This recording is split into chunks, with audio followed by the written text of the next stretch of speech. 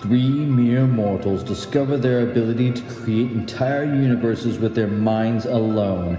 Upon discovering their abilities, these three, gods if you will, join forces to create the Dark and Stormy Nights, a supercharged team of creatives with the aim of helping artists and writers around the world while combating the forces of boredom and mundanity. They are the Dark and Stormy Nights. It's the Dark and Stormy Nights, y'all. And this is Loki. This is Tyr. And Odin. And we are back this week to talk about a few things. But we're going to do the third section of the Campbell story circle. We're talking about and last. You done interrupting me? We'll Maybe see. for now. We're going to talk about the return. The hero is going home. So, this is technically, number 12, right? Sure. And it's the refusal to return, okay? In this part, having found bliss and enlightenment in the other world, the hero may not want to return to the ordinary world to bestow the boon onto his fellow man. So we said, Lee was going to be paid off, but he's going to give it up to save Elliot, right? Yeah. So his bliss was he was finally out of debt. All these years that he'd been scrimping and saving to get out of debt to the Combine so he could retire to wherever the fuck. Somewhere with a lot of Mai Tais. Something like that, yeah. And now he's got to decide to give it up for Elliot. Right? Yep, that's the plan. That's the entirety of it. So it didn't last too long. I mean, Not even... you not got to even- give some, so there's progression. But you give too much, then there's no point in having more story. You give it, and then you take it away. You take most away. I feel like to Leave some. fulfill this, if well, we're going to you fulfill it, just leave a prize in the place of it, you know? if we're going to fulfill it in the traditional sense or what have you, I think maybe he needs a moment before he realizes that Elliot is dying. Okay. Like, he thinks, yes, that was it. We got the bounty. This is all done. And then he sees Elliot. And he So you need that, realizes- momentary victory. And Yeah, then the old what a bounce back. feeling Toyota. You know, he's jumping in the air, he's frozen in the sky, fist Right. pumping. So, yeah, and this okay, has got pat to himself on the back for a job well done, and then, fuck. be definitely a kind of thing that there's no way Lee or any hospital within 50 miles can take care of, right? For sure. So this kid's dying. Well, especially if it's mystical in nature. Are we going to do that? Are we going to do some kind of mystical thing? Well, I mean, if I you think just it'd drop an easier. I-beam on him, you might be able to cure the She's hospital. from Morian. Okay, so when I say that, I mean imagine an entire race of Arnold Schwarzeneggers, right? I mean, she's this big badass. Does she need magic to clobber the fuck out of him? Not necessarily. She doesn't need it, but it's easier for us to say, well, the hospital wouldn't have been able to save him, but Nigel can. You know what I'm saying? I mean, unless If you want to it's flatten his magic. skull or something.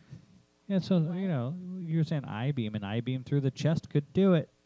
Yeah, then he'd be dead instantly, and there's lot nothing of to blood. save. Sorcerers. Well, I mean, it takes a few minutes for the You're brain the to one- die. You're the one making the magic rolls here, but hey, if you want to go that route, that's necromancy. No, I don't whatever. know. I mean, you know, if there's not much to work with, doctors can't save it. But Well, don't I forget, feel and like we're neither not can there yet, sorcerers. but very I'm just- quickly coming up in the steps, we're going to have the magic flight, which was all cart chasing, bringing the body to get someone to get it healed, yada, yada, yada. So you don't want the injury to be so grievous. that's true. It And shouldn't be that's the General point. Grievous. Okay. But cyborgs aside, I feel like you need him to live long enough to make it back to Nigel, Right. and you need it to be something that couldn't be easily fixed at a hospital. Not easily fixed, but Yes. fixed at a hospital. This I- price needs to be unavoidable, is basically what it is. Yeah, I agree. I mean, so that's going to So be the... throwing a little magic in with the blunt force trauma I wouldn't guess. hurt. Yeah. I don't know. Well, I don't have to think about it right now. That's the end of the story. Right. Right. And somebody else will probably get stuck writing that. That's what you're usually how it banking on. happens. There's a 2 out of 3 chance. And then with 3.5 hours left to write it, in a bit of a corner, not really sure how to wrap it up, slapping an answer on it and hoping that we could polish it later. I'm sure we can reapprise that episode, that particular chapter 3 or 4 times. But 2 out of 3 ain't bad. People Oh, from Lord. previous season may well remember that chapter. Look, I'm just hoping I don't get stuck with it. That's all I'm saying. All right, moving on. So the magical flight is just a car chase scene. That's, by the way, number 13. Yeah, it's the coming back towards reality, leaving the mystical, but usually there's a bit of mystical along with it. So you're riding a magic, carpet or some crap, or being chased by otherworldly things. Who knows? So the hero is escaping with what little he has. Now, did we say if the Bodak's dead at this point or not? I don't think we specifically said, but I think it's assumed. Because if he's still alive, it'd make this car chase a little more interesting, spiced up a little. I don't know. Like, we didn't discuss it. He's rushing his dying sidekick to Nigel. And I'm just, Michael Baying it up a little. Explosions, Just, y'all. Just a little splash, bam, just a little, That's more little Emerald seasoning than of, Michael Bay. a little Michael Bay, not too much. Little, You don't want to spoil it. like Michael Old Bay. You Some don't explosions. want like 8,000 things happening in one frame where Some you can't even see what's explosions and happening. some spice. Michael Old Bay. No, I hate Old Bay. So I think I'm like the only person who hates Old Bay. I have no idea what we're even It's saying. a seasoning. Okay. Right. So I don't know. Okay, so we didn't discuss it, but I felt like there's more than just the Bodak, right? Like I think she has like Other minions? maybe a small gang, and she does at least have the one servant. What if we just say That's they true. killed the Bodak, but the changelings will take a little while to die? They could have little kids like clinging onto the car as they run away. I'm hoping we got honestly. I would like to have a lot of fun killing all the children Oh, come Okay. on. before we get there. Tyr has a point, actually. We didn't quite spell On out. the top of her head. Oh, Fuck wow. off. We didn't quite spell it out, but we did say that the whole Bodak racing up the kids was just visiting one sin upon the Combine, in which there was supposed to be a couple, where we wanted to do like 3 or so. And Yeah. we didn't quite get into specifying what they all are, but it was supposed to be, this throwing in your face the sins of the Combine. So maybe some of the other monsters that we haven't quite spelled out, or other things. Yeah. I don't hate that Because plan. we weren't going to just do the changelings. changelings, right? The changelings were really just to get a couple of these guys in particular. Well, and then- the changelings were also to spread word of what the Combine's done. Right. It was so to make enemies. but he had other undead things Right. for the crimes of other members of the Combine. Well, yeah, something else fitting those crimes, whatever they So may be. what if that's all it is that this thing has like A few zombies are left. So yeah, maybe the Bodak does die after Annalise dies. Mhm. So Well, I'm not saying that necessarily the Bodak has to die after Annalise. I'm saying maybe the creatures take longer to die once the Bodak's dead. I felt like You that. think they drop dead instantly? Yeah, I mean there's a 'cause they were source of puppeted. magic. I mean- Yeah. There's Does a magic disappear the second the spellcaster is gone? well, okay, when you unplug your blender, it generally shuts the fuck off. My blender's not magic. Same idea though. If you unplug so magic spell- obeys the laws of electricity is what you're saying? well, energy does. Okay. Energy is energy. You unplug the spell shuts off. Well, I mean, see, the thing is, the children weren't animated with the souls of the children or even cursed beings. Right, they were it was puppets. just empty flesh puppets. Right. Like, if there was other souls in them, I'd agree with you. Okay. But who knows what other monsters we might throw in here that might have different sets of roles. True. Okay. So then your biggest issue is going to be he has to find some way to kill the Bodak while he's also rushing Elliot to Nigel. And by the way, Well, this not the is Bodak, after- but some other thing, yeah. after Okay, the but climax I of the did story. mention that there might be other hunters involved at this point. That he might rally some of these hunters to help him. Then he has to share his bounty. Yeah, probably. I pay them off in some way. Favors or otherwise. Yeah. So, anyways, it's something to think about. But yeah, that could be highly entertaining because if you think about it, say there's several hunters, they're all going down the street. There's a bunch of cars, and they're trying to bounce other cars from intersecting in, things flying in from above, attacking from different directions, and so you got this whole caravan and just carnage and explosions, and they're just trying to outpace all of it. That could be quite thrilling if depending on how it's written. It's easier to film something like that than it is to write it. Especially if at that point the Bodek is raising dead hunters to join the race or something like that. Is a Bodak like a necromancer? In our case, it is. Like We a just zombie? made it whatever the fuck we wanted, really. Manipulates nightmares. Okay. So, all right. So that was 13. Yeah. So 14 is Rescue from Without. Just as the hero may need guides and assistants to set out on the quest, often he must have powerful guides and rescuers to bring them back to everyday life. This is the flip side of the divine help in the beginning when the hero first sets out. So as the hero's wrapping up, this is the one who helps him up off the ground or whatever. When in the beginning he gave him the advice or the magic sword or something. So the rare moment of vulnerability that Lee shows carrying a limp Elliot in his arms before Nigel, and Nigel's his only opportunity to bring him back. Now, I was saying before, I do feel like maybe this is where we show that Nigel isn't a total prick, that there was a price to bring Elliot back, and that's why there's something in exchange. You know what I'm saying? Yeah, I'm cool with that. I like that idea. I feel like in the end it needs to be, no matter what comes of the Combine and how we end up playing that out, I think that Nigel needs to be somebody that ultimately he can trust. I think that can absolutely come into question from time to time. Well, especially But I think that in the end, Nigel needs to be somewhat decent. he's charging him a contract for bringing people back, but I think this is where we show that contract is because it takes years off of Nigel's life or something, to do this spell. So, Not that he doesn't have means of restoring that, but yeah, it's still cost. well, it's not. But I mean, that may take a lot of energy and a lot of work to pull off. So it's dicking with fate, maybe even making deals with the Norns themselves. So, And from there, 15, the crossing of the return to the threshold. That phrasing sounded weird. well, it's old timey, back from when Campbell wrote this.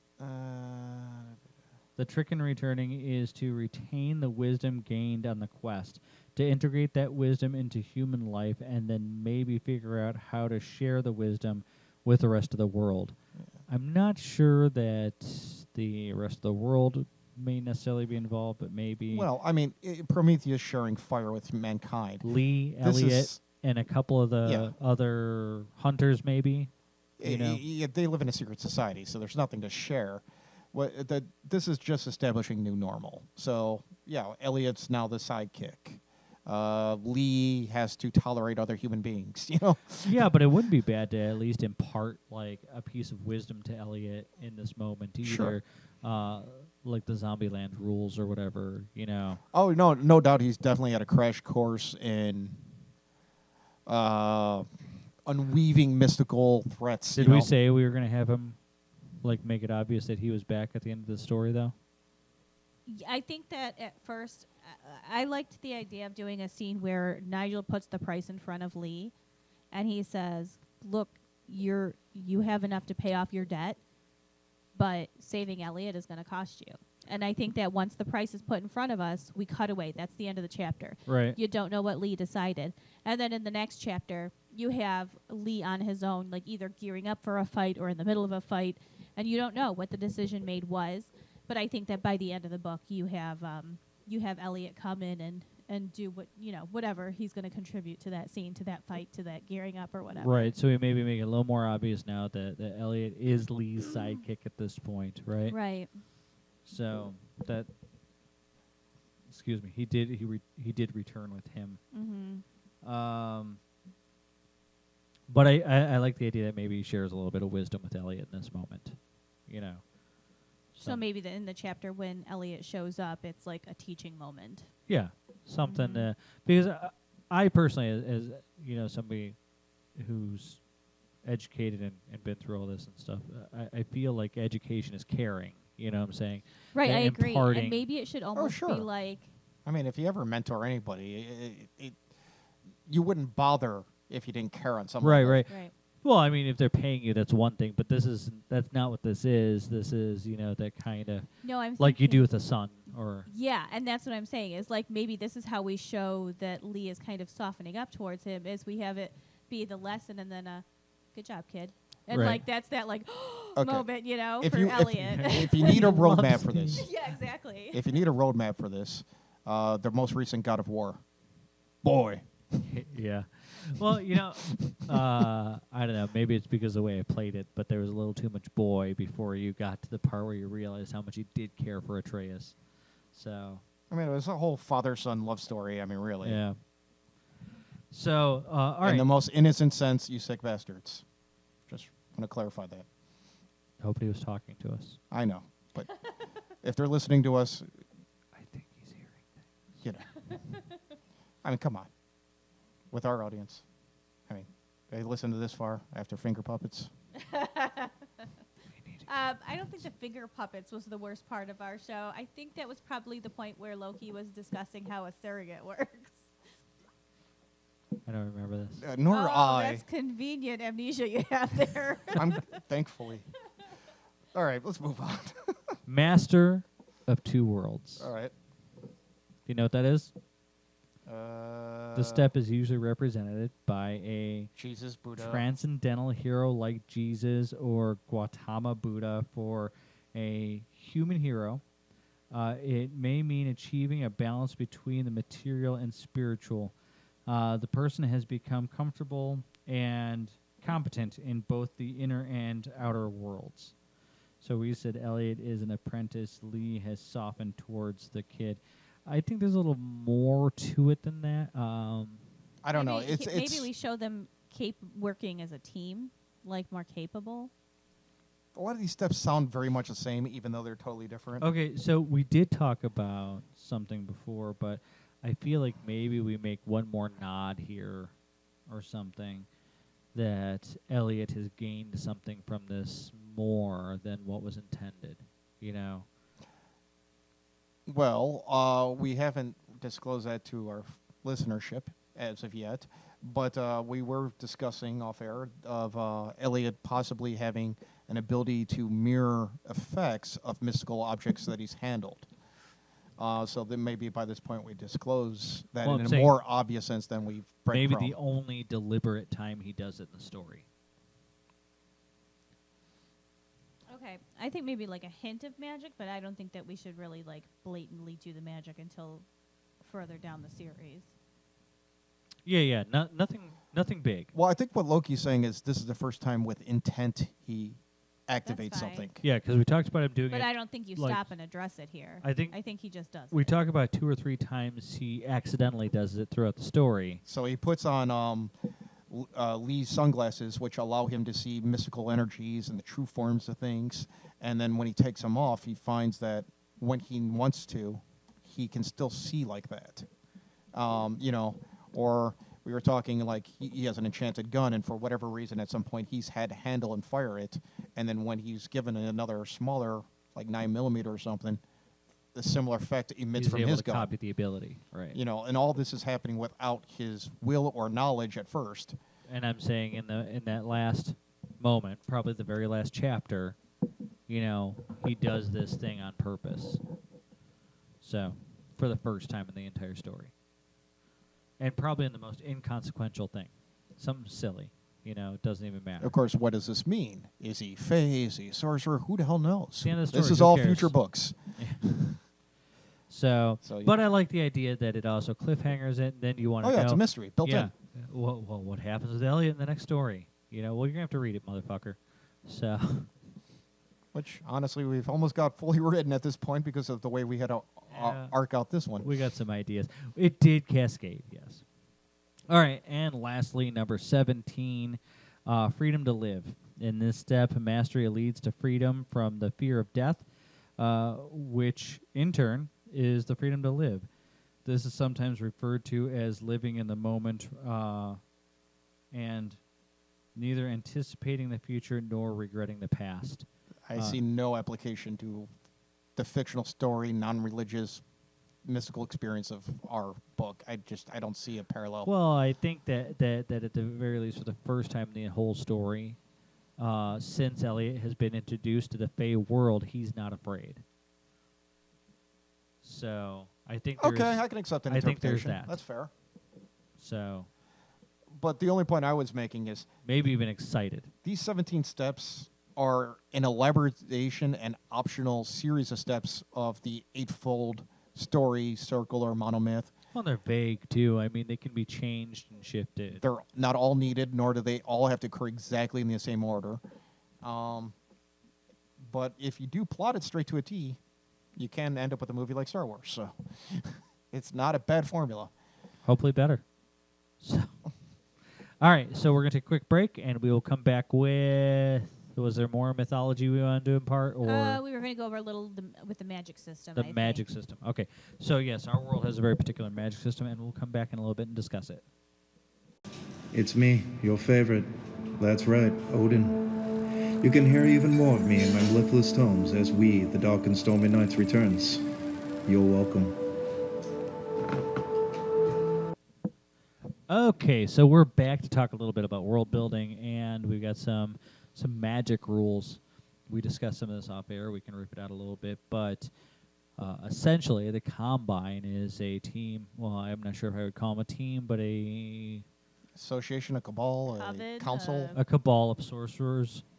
So confederacy.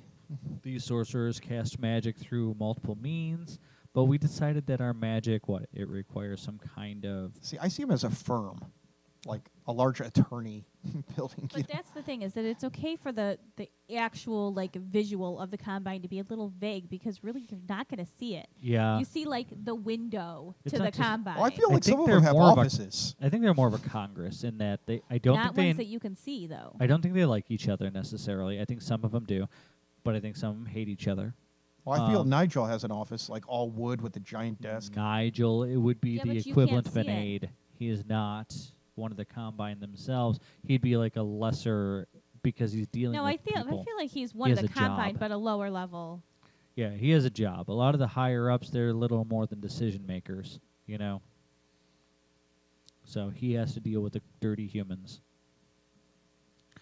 But, so these are magic users, and these magic users, all magic requires some kind of sacrifice. Sacrifice could be, cutting your Energy. finger, delivering some energy of some sort, actually killing something, you know, some kind of trade, right? You're giving something up in return for something. So, Well, I mean, you know, it's like, okay, you want to, I don't know, say you want to take sawdust, a giant pile of sawdust, of equivalent weight and size to make an end table without any of the glue or any carpentry knowledge, but you have a good image of what the thing should look like from an IKEA catalog. I think you could do it, but you're going to need some energy to catalyze it, to shape it, to form it, and there's a bit of loss to entropy. So, you know, I think that there's the material, you know, that you are transmuting, and there's the cost of that process. Well, sort we of like also said sending different- electricity through a toaster allows it to Different toast. beings draw from different places for what they're paying for their magic. well, and I think some beings can draw from multiple different places. Well, yeah, Yeah. like a priestly, mystical, nature-worshipping sort will be dealing with, you know, the universe or a godhead, where the mystical type are probably pulling from their own soul. Right. So, but that's what an educated sorcerer knows the best way to pull from the world around them. Okay, here's a question. Can mundane humans get a spell and conduct magic? Maybe. Not maybe, we need to decide. Well, I'm saying that I don't think just any, you know, like, I'm saying Joe from around the corner might try to cast a spell and get nothing. It could just be because he cast the spell poorly, you know, didn't know what he was doing. I think that the technique, okay, when you're not dealing with like witchcraft, priestcraft, whatever you want to call it, when you're not dealing with gods, because that's a whole different subject. But when you're dealing with the more hermetic formula style stuff, you know, that stuff probably takes a level of training and understanding that exceeds what is available in books or in the internet, because for whatever reason that information might be controlled. But when dealing with the gods, that's a matter of choice if those gods want to deal with you. True, and I So think you're there's- saying humans can't do witchcraft unless they were trained to. or unless you got a damn good spell, you know what I'm saying? Like you got good instructions. Well, I would call that more magicianing, you know, wizarding, whatever the conjugation is of that. Witchcraft I would think of more of in the, It could be alchemy, the but dealing with spirits and gods and stuff end of it, I would think. but if you got something that didn't require the spirit or God or whatever, you need a good spell, and you need to have performed it correctly. Mm-hmm. You know, the chances of getting that good spell or performing it correctly are probably slim.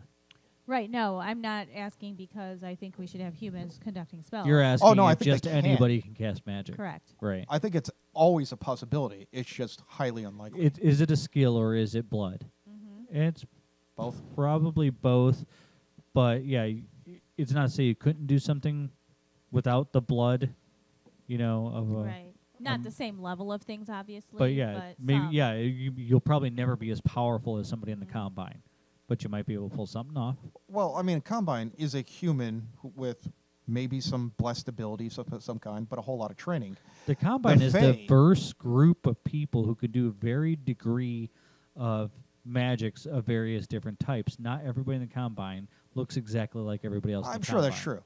But my point is that like the Fae, on the other hand, to contrast, are magic. They live that life. They are of the Fae world. There's no separation between that and breathing and living. Yes, as fish are to water, the Fae are to magic.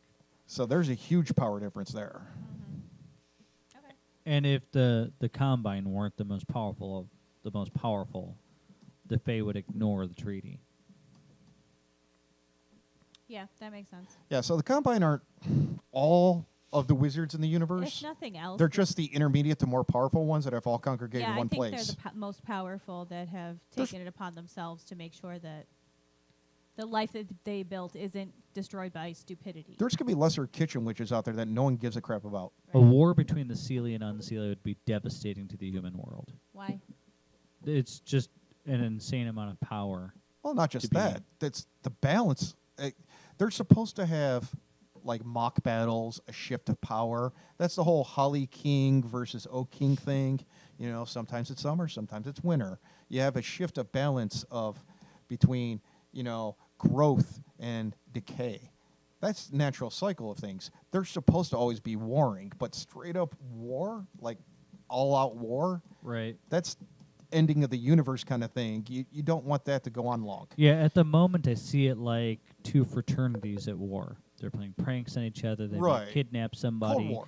Or right. It'll be and these things are expected without turning into a bloodbath. You know, look, we know they happen. It's going to get let go. It's going to be what it's going to be. You know, because I think that whoever steps too far out of line is going to catch the wrath of the combine. Okay. Oh, you mean in the human world? Sure.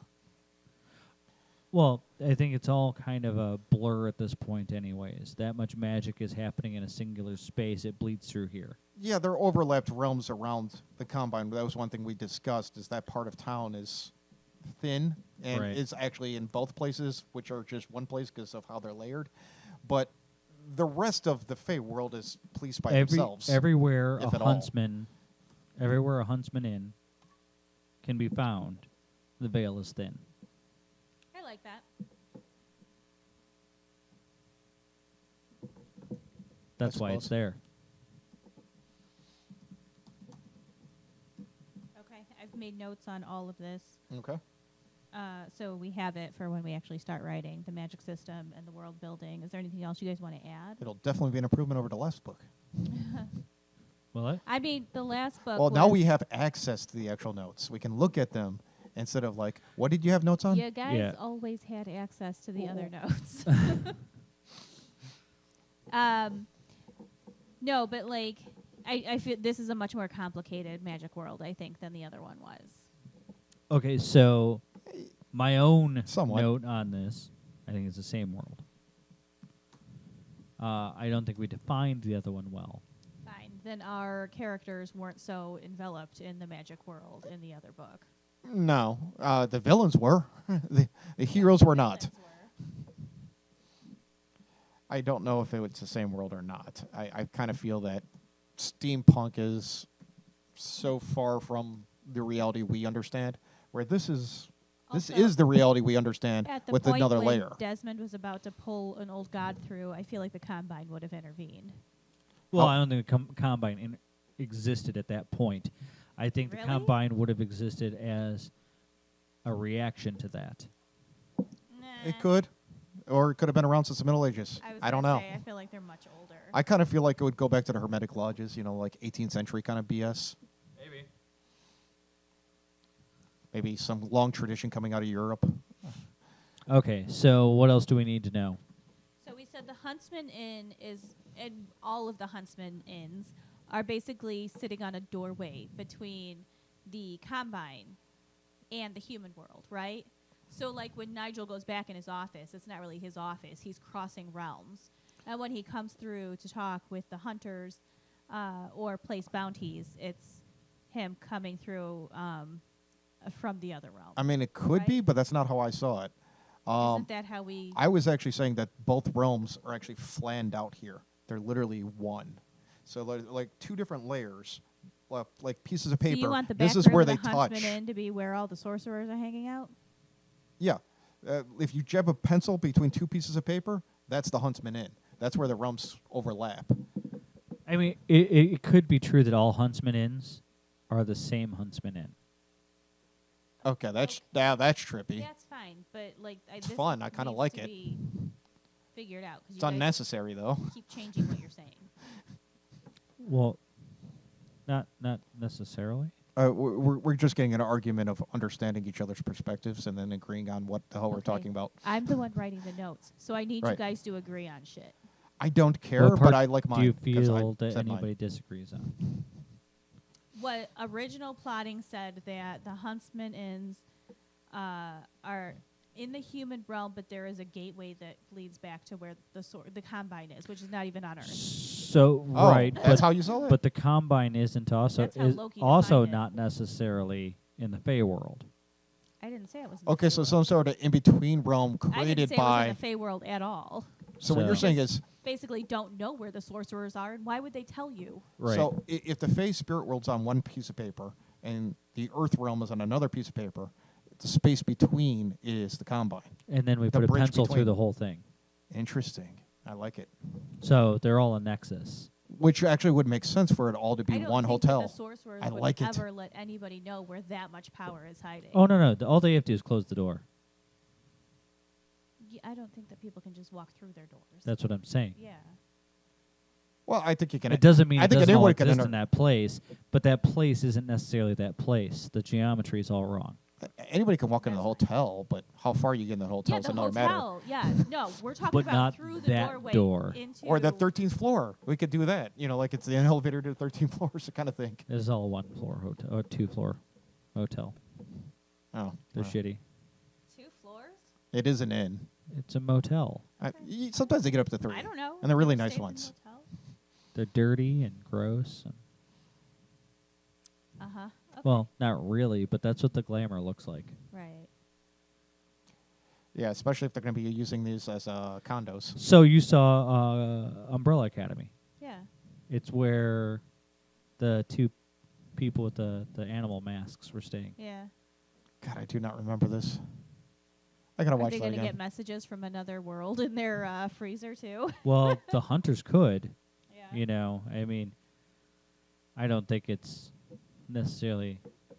I don't think that's necessary. They could get their hotel phone because it's actually run by, because that motel wasn't run by the time travelers, but our motel is run by the sorcerers. Right. So it could just be the phones, the conference phones or whatever. I have to watch this part This- again. No, this but is I your like- wake-up call. I like the idea that in order for them to let him to speak with Nigel, he has to keep ringing the bell on the counter in the in the hotel. Yes, and Nigel hears it, and he makes him wait anyways. Yes, exactly. So, I'm pretty sure they would have just like cover people doing stupid jobs like bellhops and that. Like, I don't think they'd even be real people. Yeah, they'd be constructs. I agree. Right. yeah, an illusionary thing that Yes. just like, Room service. but it only has 5 things that can respond. So no matter what you ask it, it gets really Yes. awkward and weird. Exactly. I wish they'd stop using this racist Latina construct as room service. Like, can you guys stop doing that? Yeah, exactly. But it wouldn't really matter because they post negative Yelp reviews on their own places so that people don't come. So you there. stay away, right? Right. Yeah, there might even be a glamour where there's gunshots once in a while to keep Yeah. people out. Drug bu- or Right, a drugs- right. A drug deal gone wrong in one of the hotel rooms. No. Oh, A fake news article about the dead hooker. So I'm saying, I do want to it's brilliant. to put lists of just 5 of the Yelp reviews because I think that could be hilarious. Like, I stayed there. The Oh no, Elliot would totally look up the Yelp reviews. the- Dude, this place does terrible on Yelp. That's why I like it. it's completely slumped in the middle. I couldn't get any sleep, but the staff was very friendly. However, I left with bed bugs. Just horrible. Yeah, but horrible reviews. meanwhile, Elliot and Lee wake up in the morning like, holy shit, that was a good night's sleep. I don't know. I could kind of see Elliot in the lobby, taking pictures of the cockroaches and posting them on Yelp. Couldn't tell if it was always this crappy or if it was just because a Juggalo convention was in the lobby. Those weren't juggalos. Oh, God. All right. Any rate. What were we doing? It's world building. Okay. Any other magic and world building we're gonna need? So I was saying that the Fey creatures don't work on the same standard technically Of what? as the sorcerers do. It is still, you still kind of have to give something to get something, but they are a magic species. Yeah, Right. but I think they're like the magicians where they're But- pulling out their soul. They just have a lot more of But it. it's also not to say I- there are human beings who, I don't know if you want to call them sorcerers or something else, that will capture and kill or capture and mutilate Fey creatures because they're inherently magical and using their I feel like that's more a bodies. sorcerer thing. There's we a term said- for that. Here were the magic rules that you had set in place Stupid. previously. All magic has a corresponding price. Sorcerers draw from themselves and the world around them. Mages draw from within themselves. Witches and druids draw from nature. Wares have no magic besides shifting, but they're susceptible to herbs. Fae are magic. Magic and demons are from the far realms. And then we discussed the mundane humans' interaction with magic. So, by your standard, for a magic being to use Fey creatures in their magic, I feel like that would be sorcerers, since mages draw from themselves and witches and Well, druids no, draw from he's talking nature. like a component. Like I was talking about the using sawdust them as making a IKEA. magical component, right? Yeah, I get what you're saying.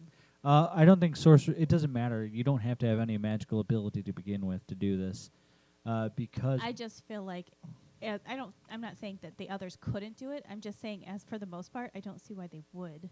Oh, I don't It's think gory mages and would be gross. stupid enough to risk whatever treaty they currently have, but they're definitely the type to do it I if they feel like weren't the afraid. sorcerers are the only ones powerful enough to take that risk. just, I'm saying that you could get a human with no natural magical ability that kidnaps a fairy and grinds them up and snorts them for magical ability if they wanted to. Delightful. But you'd also have to have a human that knows about magic and fae. Sure. If it exists, somebody's gonna figure it out. I'm not sure you snort or smoke. Fae, I'm but just saying, Okay. coming up, it doesn't matter. Maybe Just- drink its blood. On top of it, I can see that. then you've got pissed off fae coming after you. Yes, hopefully, because that's messed up. Yes, and stupid. Get therapy, Anakin. So, yes. Is there any other questions of the Fey world? There are many Fey species. Yeah, I don't think we need to define the fae realm right now. It's just it's is whatever we need it possible. to be. as it relates to Earth. It is possible to be part Fey, as Annalise is, only part Fey.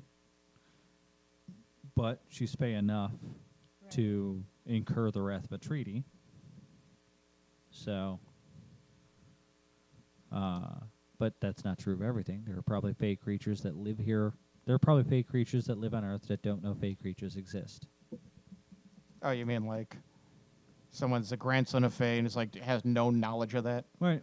Doesn't Yeah. know why he's weird or why he gets those headaches or whatever it is. Sure. No, you I know? totally see that. Right. So there might be somebody who thinks they're a superhero, but really they're fey. Okay. If you got some kind of powers, it's possible. That could be amusing. I mean, I think that might be a neat world to write in, where these people think they're superheroes and they're all just fey. That'd be interesting. Okay. Do we need to add anything else? So, Annalise's servant. Did we talk about her, or Not on air. I don't recall. I mean, didn't. So far, we've only done the circle. I don't and think we've given her building name the yet. World and the we did? magic We Oh, system. Rowan, that's right. All right. and Rowan was what? What did we decide on? A slave to Annalise. Oh, we Yeah, were. she's a slave, but what race is she? I You gotta talk suggested into that the she mic. A be nymph. Okay. from the Sealy court traded over to the Unsealy as part of a treaty between the courts. Does she have any abilities? I think that she would have some magic ability, but attraction Seduction, was yeah. one of them. Yeah, Like mystically. minor. So, She's not nearly as like powerful. Elliot would definitely feel betrayed.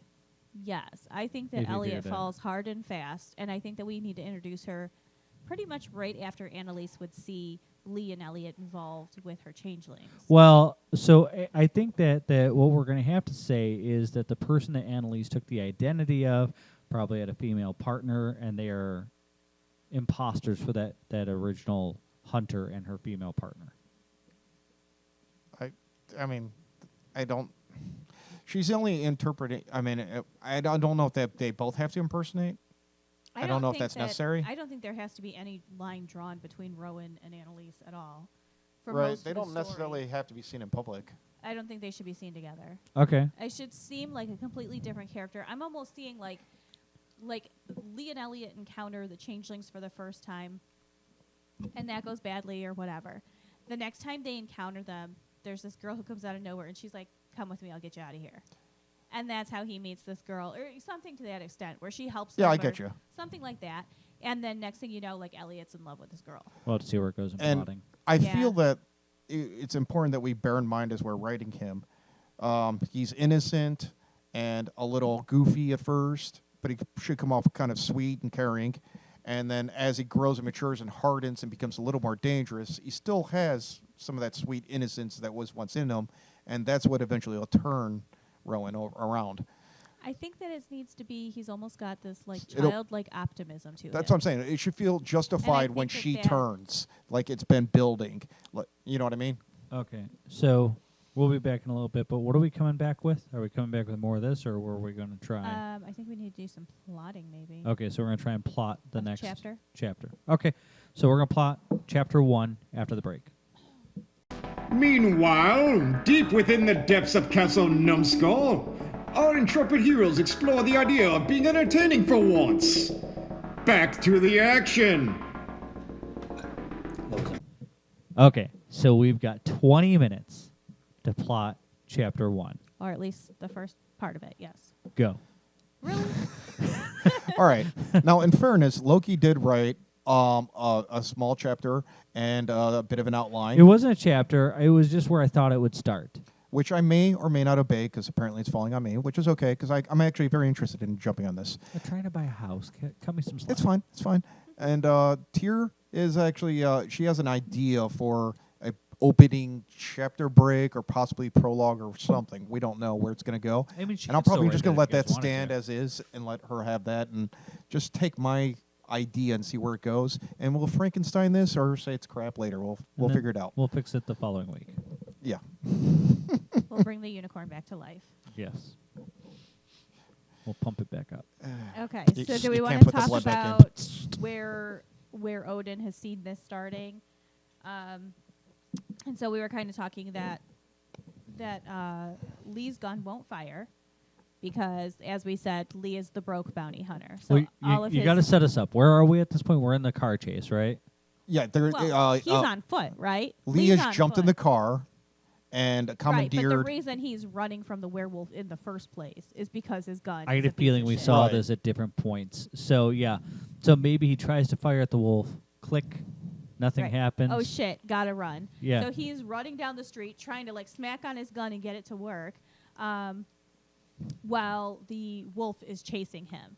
And so what he does is he hops into Elliot's car, who is happily like jamming to the Spice Girls or something, and he's like, get the hell out of my car. Meanwhile, like Lee's still fucking with his gun, and next thing you know, it accidentally goes out and shoots out the streetlight.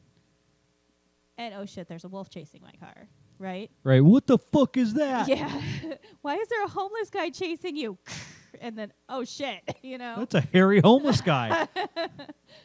And meanwhile, yeah, Lee was picking out like wolf hair and yeah, drool brushing off drool out of off his gun. Yeah, Right. trying to get it to work, and then all of a sudden it goes off. And fuck, that's coming out of my paycheck. Right. So where do we go from here? Like now, there's two strangers in a car. Okay. Well, we Well, were talking about how he... Lee has to convince him to get his ass moving, well, Lee yeah. has to convince him that this isn't like a mugging. Like this or is a bad trip. right. Well, here's the thing. Scary, weird guy behind him, which later becomes not a guy, while you have other guy who he doesn't know waving a gun, therefore also scary. I think he just drives because that's what you do. It's a carjack at that point. It doesn't matter what the reasoning is. Logic doesn't matter at this point. Living does. Yeah, I mean, I don't know. Why not get out of the car? Panic? I mean, it's don't flight or think that I would get out of the car if there's a werewolf chasing my car. Okay, fair. So they're just driving, stuck haul in ass. traffic. Well, yeah, maybe? you got a guy with a gun or a Are weirdo they- behind you chasing, and he looks feral. I mean, it's not good either It'll way. be funny to see him as a werewolf for like a few short seconds until they come into the light of the next traffic light. Right. Which then shows him as a could rather be fun. large homeless guy again. Right. But this now he's like all out galloping on four, his hands and feet. A homeless Yeah, guy like, running on hands and legs. the Right. Beast in Yes. the M. Night Shyamalan movies. Yeah, Split yeah, and all Split. that. Yeah. That was so weird. I don't know how they made a human look like that. I actually saw that they've got like a digital thing now where you can make. I mean, it looks so natural that's and good. yet so unnatural at the same time. No, it's pretty good. I mean, the movie was only okay, but Yeah. the effect was Well, the pretty acting decent. for Split, amazing. Oh well, But- what's that guy's name? The story's stupid, yeah. McAvoy. Yeah. Amazing actor. But anyways, Right. He is a really good actor. Moving 16 along. minutes. So what do you got for me? Okay, so what comes after the car chase? Well, he's got to. He wanted to bring him in alive. That becomes not an option. Eventually, he's going to end up killing this guy. So there's a whole whatever. Well, So the only accidentally, two right? parts of so the collecting bounty. story circle that go into this chapter are the call to adventure, which is the were-hobo chase, and the refusal to call, which Elliot fulfills by saying, "Get out of my car." Well, actually, I think there might be another point depending on how long or how far the chapter goes. So this whole point of this was he was trying to live capture this guy. It went sideways. Yeah. Death is the only way to take it. So eventually he's going to kill it. So at some point, he's going to have to get this corpse moved to the combine and collect on it. Now, when Rough. he leaves the car, what's to stop him from driving off? Does he get Elliot to come out of the car at gunpoint? I don't know. Does he take the car keys? That would be smarter. Maybe he does that. I don't know. But the point is, by the time he drops off the corpse, this would be a great point for Elliot to go, "Great, psycho. See you never," and then bugger off. Yeah. That I'm could not be sure a that refusal Lee call. would normally stop him there either. That's actually an interesting point. What's that? Well, okay, here's the thing. He has a werewolf, and he needs to get the body back to the combine, which means he needs Elliot's car. Not to mention, once he does drop him off, he can't just leave some guy who knows about their world walking around the world. I also feel like maybe he needs Elliot to grab his legs. Yeah, I feel like he's going back to the apartment. If he likes it or not, you're coming home with me. No, Yeah. but here's the thing: is we said specifically that Lee wouldn't give a shit if Elliot takes off. It's the combine who says, "Hey, congrats! You just introduced him to this world. Now his life's on your hands." Right. So all he has to do is he has to say, "I'm going to need you to drive me and my friend here, my flat friend, if he gets run over by a car, back to my hotel room." All right. And so they get to the hotel room, and Elliot now thinks that he's like an accessory to murder, and Oh God, yes. So Show we the need- neurotic. yeah, we need that whole freak out oh, on. That's in the notes. I already put it. Elliot commences. This could be a long freak out. chapter, but I'm enjoying it. And so he he gets back to the Maybe hotel. not. I don't know. And he's like, "Look, kid, you're already in this deep. Grab his legs, right?" And so they're lugging him into the combine, like right into the lobby. I'm not cutting him up. Like right into the lobby where there's other people, like other bounty hunters, and of course they don't think anything of it because whatever, Lee's hauling a Right. body in again. And Elliot's like, Oh, my man, God, can't you bring all one of these- them in alive? All these witnesses, and then Elliot's like, "Oh God, I'm next. That's why I'm here. I'm next. He's gonna kill me too." Well, you're skipping over then- the fact all these bounty hunters need description. Now imagine what they look like. Mm-hmm. Okay, Well, these are some here's- Mad Max extras. So this is a good place, though, to introduce Annalise as the bounty hunter. Raina. As Raina. Yeah. Right. So So yeah, that's cool. And then I think that at this point it needs to be Nigel going, "Seriously, Lee, again? Oh, and now you have a helper." Oh yeah, and he should be making a big, huge mess. There should be like a blood streak that goes like from yeah, and from then he the like car flops all it the way up through the onto lobby. like the lobby's counter, the the concierge counter. right. Yeah, and I think that should be the point where where Elliot's like, "I'm gonna go," and like Nigel's gonna be like, "Nope, his life is on your hands now," So like that. I need a has to be- janitor who walks past at the same time with a mop and bucket and like, "Fuck you, man." Do we give Elliot Where he orientation? just keeps walking. Just like, looks at "Nope, him. Not today. Do Nope. we do we give Elliot orientation materials? Like, is there like a VHS tape that they take back to the hotel room? Oh, I love it. that A 1978 training video Right. with the white lines and the pops and crackles of That he can't watch because nobody not has even a VHS, VHS. player. welcome it's to Betamax. welcome to the Huntsman. You know. Yes. I think that's a little bit more than they would do for anybody. As an apprentice huntsman, your Um, responsibilities include. No, I think it needs to be Elliot goes from, "Oh my God, they're going to kill me," to Nigel going, "You can't let him go." But it should look like it's made in the '60s or something like That's that. what I'm saying. It's The- a Betamax. Yeah, like it skips. the guys, and the it guy in the winds. video has like this fabulous porn stash. Yeah, yeah. Oh, yeah. Big, thick Dick Duster mustache. Yeah. As a ward of the Combine, you're in the unique I feel like position we're to be into both chapter 2 now. protected by and a liability of the Combine. Are we doing the tennis ball thing? Oh, yes, absolutely. This was, I thought it was me, but I don't know if it was or not, but I remember it being me. But somebody came up with the humorous I think notion. we all ended up ripping it out. We had a couple We of might have all done it live, renditions and yeah. But the whole idea is that like the werewolf could be treated like a dog because there was tennis balls in the back seat, and he just throws them out the window and momentarily gets the werewolf off their tail for a moment, which leads to a spectacular car crash between a werewolf and another car. The I think werewolf it's gotta gets be like hit by a a garbage truck. Yeah.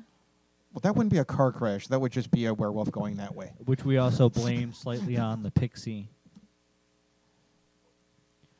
Oh, their luck kind of thing. Yeah, because she keeps rubbing entropy off on Lee. I don't know if it would work on that grand of a scale, but the tennis balls existing in the car might. But the garbage truck coincidentally hitting him, that's way outside. It's a lot of entropy. Yeah. I don't know.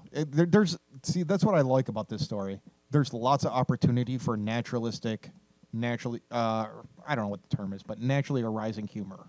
You don't have to write it. Yeah, I don't want this one to be quite as slapstick as the last one. No, I don't think it's going to be as silly, but it'll I think still it'd be gritty and dark as funny. hell, but just Yeah. have funny moments. Probably morbidly funny, but yeah, not nearly as silly. You know, when you have that deep guffaw that sounds like a villain, and then you wonder what is wrong with yourself.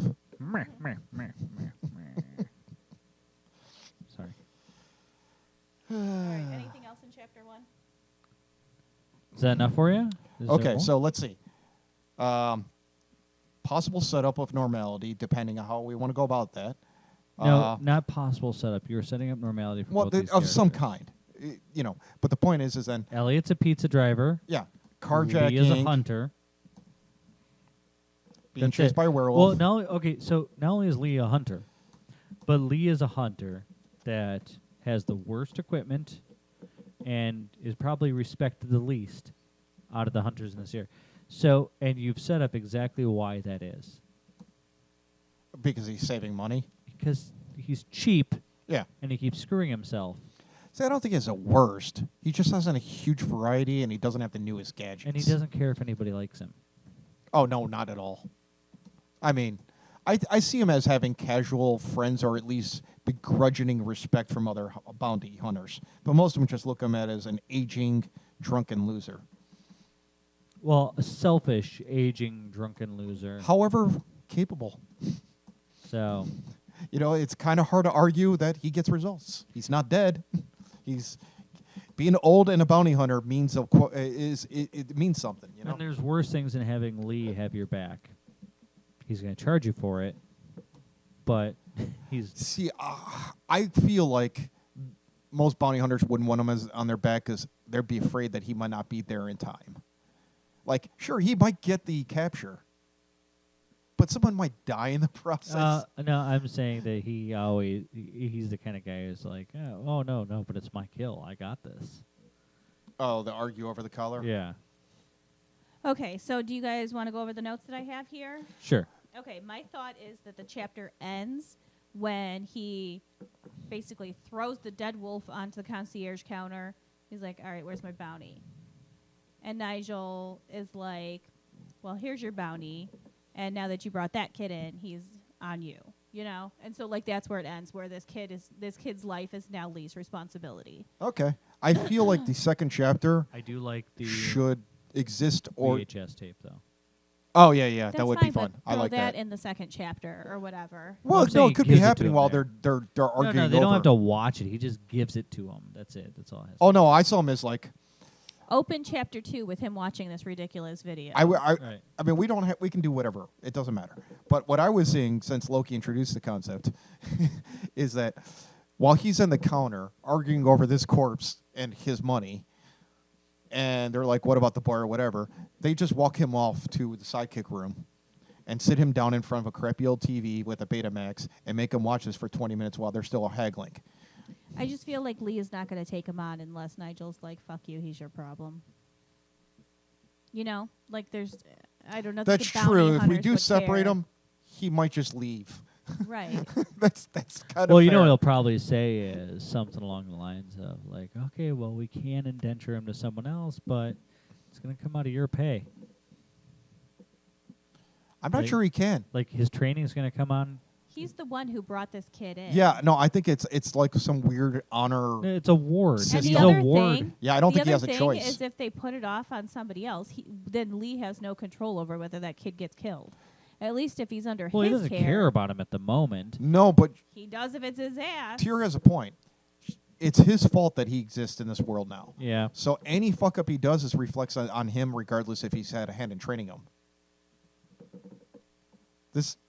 One way or another, it's his ward. If he takes responsibility for it or yeah, not. It's his responsibility. Yeah. Yeah. Okay, so here's the note so far. But I feel like chapter 2 should start with him being dragged back to his apartment. You know, that whole scenario where, like, maybe there's a girlfriend there. This is after he's wearing the sunglasses. All that, goes down. Well, whatever. I think they see the pixie stripping at the strip club. Okay. I was just figuring, like, he was taking, because now that he's a ward, he's like, he had to go back and, like, fuel up or take a nap or some shit. But if you want to go to the strip club, that sounds Why in character. don't we worry about chapter 1 first, and then That's we'll what I deal am with worried chapter about 2. first. Okay. yeah. Okay. I was so- just seeing where the beats were going, because you were talking about cutting it right here, and I was just like, to me, the natural flow would go there. I don't know. One scene at a time. All right. So Had a lot of caffeine. notes so far for chapter 1 is we're starting off with Lee's gun won't fire. The damn thing is messed up. He keeps knocking on it, brushing off wolf drool and fur, smacks it a few times, jumps into Elliot's car while he's still screwing with his gun, tells him, okay, go, go, go. And this kid's like, who the hell are you? Accidentally sets his gun off and shoots out the street light. And he's like, shit, that's coming out of my pay. In the process of this whole scenario, when he shoots out the light, Elliot sees the wolf for what it really is. Right. And then he starts freaking out. What the hell is that thing? Who are you? Please don't mug me. This whole thing. Lee is more fixated on the wolf than dealing with the kid. And he's just telling him, just keep driving, keep going. And Elliot, of course, with the giant wolf chasing him, is like, yep, sure thing, I'm on that.